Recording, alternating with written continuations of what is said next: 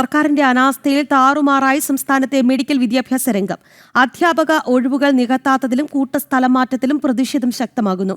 OP ബഹിഷ്കരണം അടക്കമുള്ള സമരങ്ങളിലേക്ക് നീങ്ങാനാണ് medical കോളേജുകളിലെ ഡോക്ടർമാരുടെ തീരുമാനം.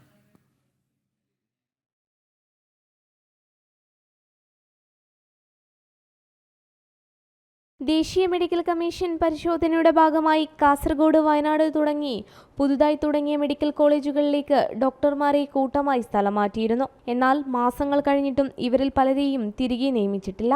ശമ്പള പരിഷ്കരണത്തിലെ അപാകത കാരണം മെഡിക്കൽ കോളേജ് അധ്യാപകർക്ക് ലഭിച്ചുകൊണ്ടിരിക്കുന്ന ശമ്പളത്തിൽ വലിയ കുറവാണുള്ളത്.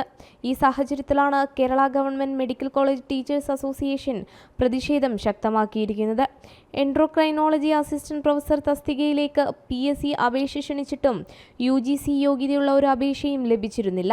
വേതനത്തിലെ കുറവാണ് കാരണമെന്നാണ് വിലയിരുത്തൽ. വിദേശ രാജ്യങ്ങളിലും സ്വകാര്യ മേഖലയിലും വലിയ ശമ്പളം ലഭിക്കുകയും ചെയ്യുന്നുണ്ട്. പ്രധാനമായും ഗൈനക്കോളജി, ഡെർമറ്റോളജി വിഭാഗങ്ങളിലായി സംസ്ഥാനത്തെ മെഡിക്കൽ കോളേജുകളിൽ നിരവധി ഒഴിവുകളാണുള്ളത്. ഉള്ള അധ്യാപകർക്ക് അതുകൊണ്ട് തന്നെ ജോലിഭാരം ഇരട്ടിയാണ്. ഈ സാഹചര്യത്തിലാണ് പ്രത്യക്ഷ സമരത്തിലേക്ക് നീങ്ങുന്നത്. ഈ മാസം 22-ന് കരിദിനമായി ആചരിച്ചിരുന്നു.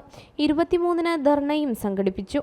എന്നിട്ടും നൽകിയ ഉറപ്പുകൾ സർക്കാർ പാലിക്കാത്ത സാഹചര്യത്തിലാണ് ഔദ്യോഗിക ചർച്ചകൾ ബഹിഷ്കരിക്കാനും തിയറി ക്ലാസുകളിൽ നിന്ന് വിട്ടുനിൽക്കാനും സംഘടന തീരുമാനിച്ചത്.